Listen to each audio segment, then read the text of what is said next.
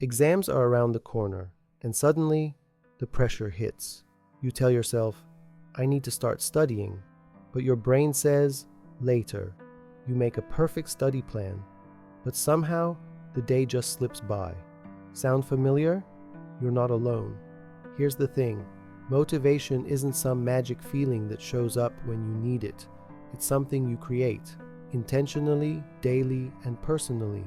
In this video, we're diving deep into the most effective, science-backed, and practical strategies to help you get motivated before your exams, and stay that way.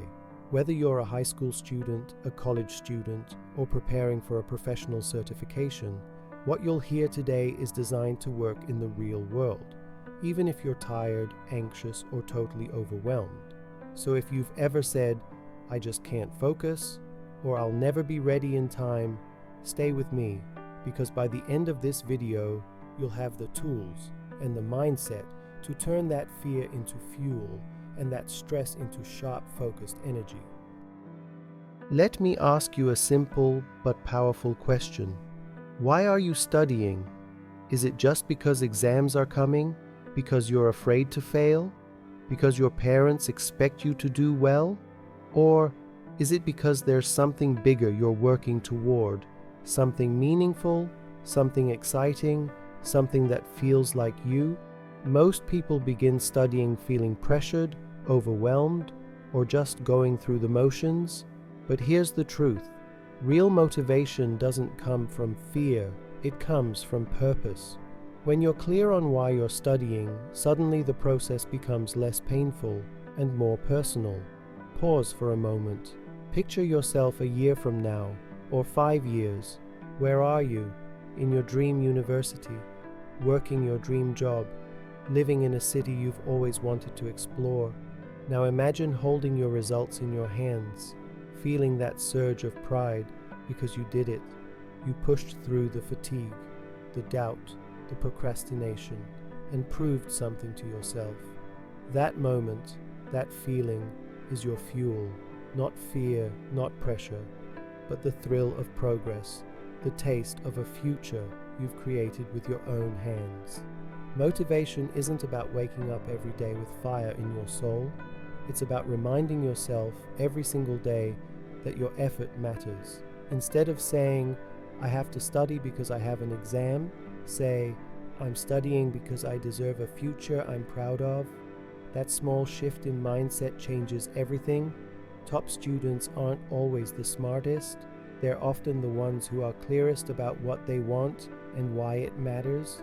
So take a few minutes, write down your goal, stick it to your wall, create a vision board filled with images of what success looks like for you, the campus you want to walk through, the desk you want to work at, the life you want to live. And when the tough days come, and they will, look at that vision. Ask yourself, is it worth it? Most of the time, the answer will be absolutely. Because in the end, you're not just studying for an exam, you're studying for a life that only you can build. And there's a future version of you waiting, stronger, wiser, and proud. All they need is for you to start now. Motivation isn't magic. It's not something that just strikes like lightning. It's a system, a habit, a choice you make every single day. The biggest mistake students make is waiting to feel ready. But what if I told you, you don't need to feel motivated to get started. You need to create the conditions where motivation has no choice but to show up. How? By designing small daily rituals that guide you. Even when your mind says, not today. Think of brushing your teeth. Do you feel excited to do it every morning? Of course not, but you do it because it's a habit. Now imagine if studying felt the same, automatic, consistent, and built into your day. Start each day with a tiny ritual that gives you control. It could be as simple as making your bed, writing 3 goals, lighting a candle, or sipping coffee while reviewing your to-do list. What matters isn't the ritual itself, but the rhythm it creates in your brain. Then, begin your study session with something ridiculously easy. 1 flashcard, 1 paragraph, 1 video lesson. This is called the starter task, a small action that beats resistance and builds momentum. Once you start, your brain naturally wants to keep going. And here's a secret most people miss: reward yourself daily. Yes, even for the little wins. Don't wait until exam day to feel proud. Give your brain a reason to love progress right now. Your reward can be anything: a short walk, a favorite song, a snack, or a 10-minute break on YouTube. When your brain connects effort with good feelings, it keeps coming back for more. Also, track your progress. Use a calendar. Color code your subjects. Check things off. When you see how far you've come, you feel powerful, and progress becomes addictive. These rituals don't just change your schedule, they change your identity. They whisper to your mind, "I'm the kind of person who shows up. I keep going. I finish what I start." In the end, don't wait for motivation to come. Act first and let motivation follow you, because big results are just small steps, repeated with purpose. You know that feeling.